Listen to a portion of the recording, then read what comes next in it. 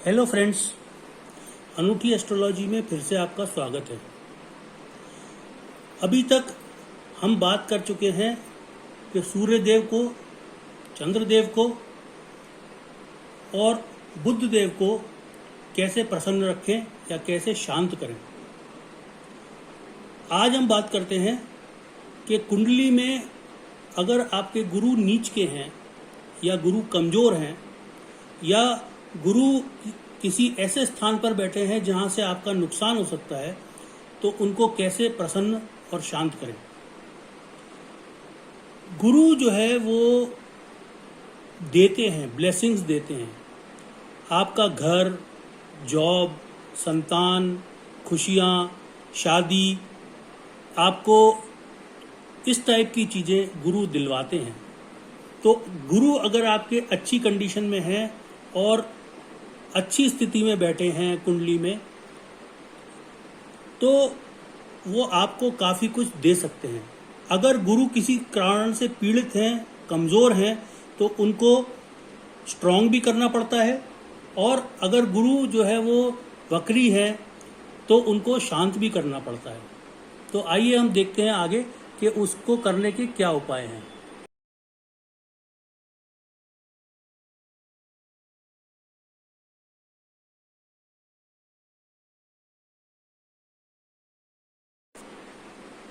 सबसे पहले हम बात करेंगे जेमस्टोन्स की। देखिए, किसी भी ग्रह को शांत करने के लिए, प्रसन्न करने के लिए, उसका स्ट्रेंथ बढ़ाने के लिए या तो आप रत्न पहन सकते हैं जो एक स्टीरॉयड्स की तरह काम करते हैं, या आप जाप कर सकते हैं, दान कर सकते हैं, प्रार्थना कर सकते हैं, उनका यंत्र स्थापित कर सकते हैं, या उसके उपवास कर सकते हैं। ये सब काम आप कर सकते हैं।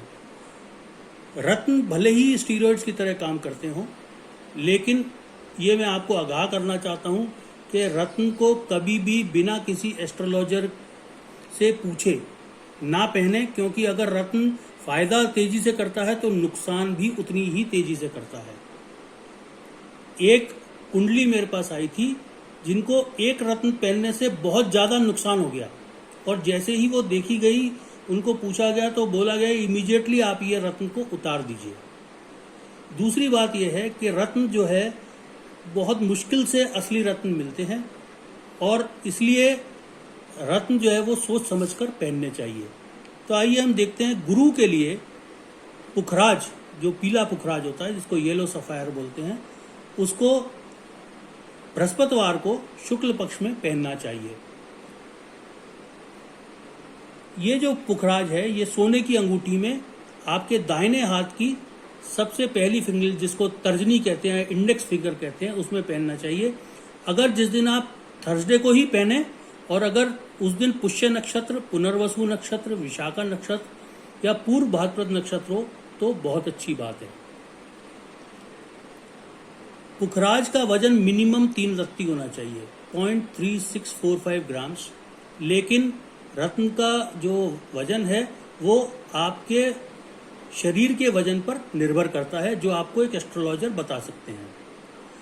अगर पुखराज, आप महंगा पुखराज खरीदने की स्थिति में नहीं है या आपको नहीं मिल रहा है, तो आप येलो टूरमलाइन या सुनहला, जिसको सिट्रिन बोलते हैं, या येलो जिरकॉन, वो भी पहन सकते हैं।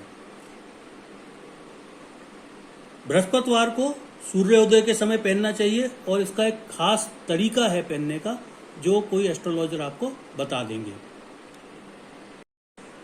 आइए अब हम देखते हैं गुरु के जाप। जाप को शुक्ल पक्ष के बृहस्पतिवार से शुरू करना चाहिए। जाप करते समय आपका मुंह उत्तर या पूर्व में होना चाहिए, और जाप का एक खास तरीका होता है। उसमें एक विनियोग होता है, करन्यास होता है, उसके बाद में उसके नाम का माला होती है, और बाद में क्षमा प्रार्थना होती है, हवन होता है। तो अगर आप ये ना कर पाएं तो आप संकल्प देके किसी से करवा लें। गुरु के 76,000 जाप किए जाते हैं। उसके अंत में गुरु के 108 नाम की माला होती है, और 7,600 मंत्र का एक हवन होता है। और उसके अंत में एक क्षमा प्रार्थना की जाती है। ये गुरु का मंत्र है, ओम ब्रह्म बृहस्पते नमः, ओम ग्रां ग्रो ग्री ग्रों सह गुरुवे नमः। तो ये मंत्र है जिससे गुरु का जाप किया जाता है। अब हम देखते हैं गुरु का दान। देखिए, खास तौर पे अगर कोई व्यक्ति रोगी है और कुछ नहीं कर सकता है तो उसका हाथ लगाकर दान कर दें।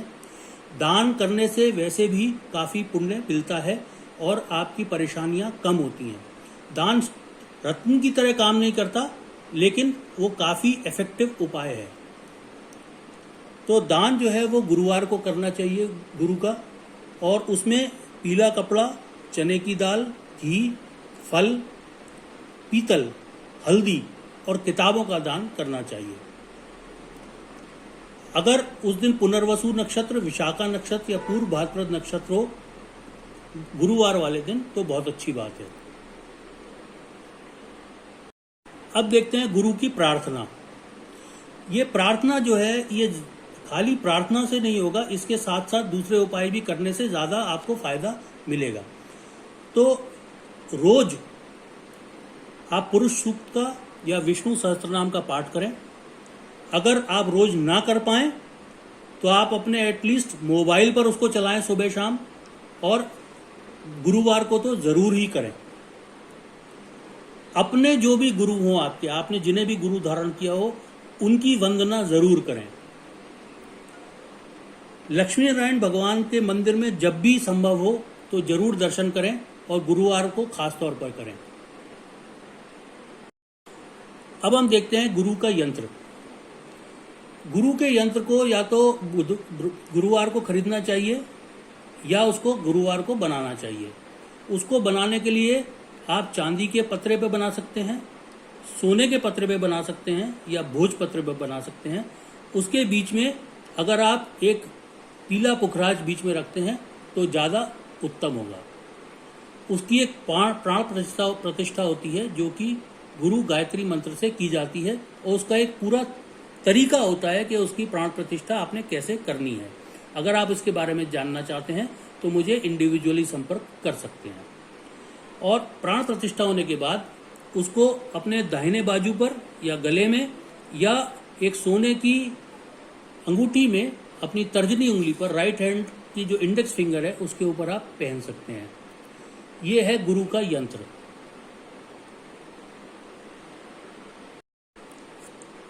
अब है गुरु का व्रत। बहुत सारे लोग गुरुवार का व्रत रखते हैं और वो रखने से काफ़ी फायदा भी उनको होता है। गुरुवार को रखना चाहिए गुरु का व्रत, और इसको किसी भी हिंदू महीने के शुक्ल पक्ष के गुरुवार से ही शुरू करना चाहिए। उस दिन आपको सुबह विष्णु भगवान की पूजा करनी चाहिए, और जो भी खाने में आप खाएं एक ही वक्त खाएं, लेकिन पीला खाना खाएं। गुरु के कुछ और उपाय मैं आपको बता रहा हूं, लेकिन ये सारे उपाय नहीं हैं। बहुत सारे उपाय ऐसे होते हैं जो गुरु आपकी कुंडली में किस भाव में बैठा है उसके हिसाब से बताए जाते हैं। तो उसको अगर आप जानना चाहते हैं तो या तो मुझे या किसी भी एस्ट्रोलॉजर को आप संपर्क कर सकते हैं, ताकि आपकी कुंडली में गुरु किस भाव में बैठे हैं वो उसके हिसाब से आपको उपाय बता सकें। तो एक तो है पीपल के पेड़ में पानी दें।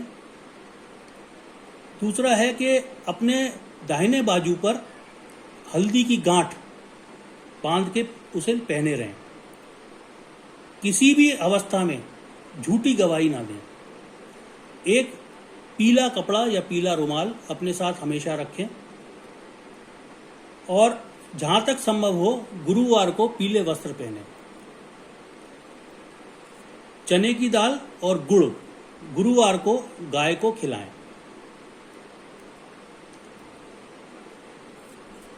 गुरुवार को कम से कम 2 केले किसी छोटे लड़के को दें खाने के लिए। अपने नहाने के पानी में पिसी हुई हल्दी 1 चुटकी मिला लें रोज। एक सुनहरा या पीला धागा जो पहने, और मंदिर रेगुलरली जाएं और बड़ों की सेवा करें, उनका आदर सत्कार करें। ये कुछ उपाय थे, लेकिन जैसा मैंने पहले बताया के सारे उपाय नहीं हैं। उपाय आपकी कुंडली में गुरु किस स्थान पर बैठे हैं और किस स्थिति में बैठे हैं उसके हिसाब से भी बताए जाएंगे। तो दोस्तों, ये था गुरु के लिए क्या उपाय आप कर सकते हैं।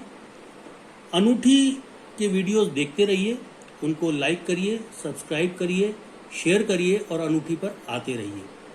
आपको अपनी कुंडली के बारे में कुछ भी जानना है या अपने परिजनों की कुंडली के बारे में जानना चाहते हैं या आपकी जो समस्याएं हैं उनके वैदिक उपाय आप जानना चाहते हैं, तो आप मुझे दिए हुए नंबर पर या ईमेल पर संपर्क कर सकते हैं।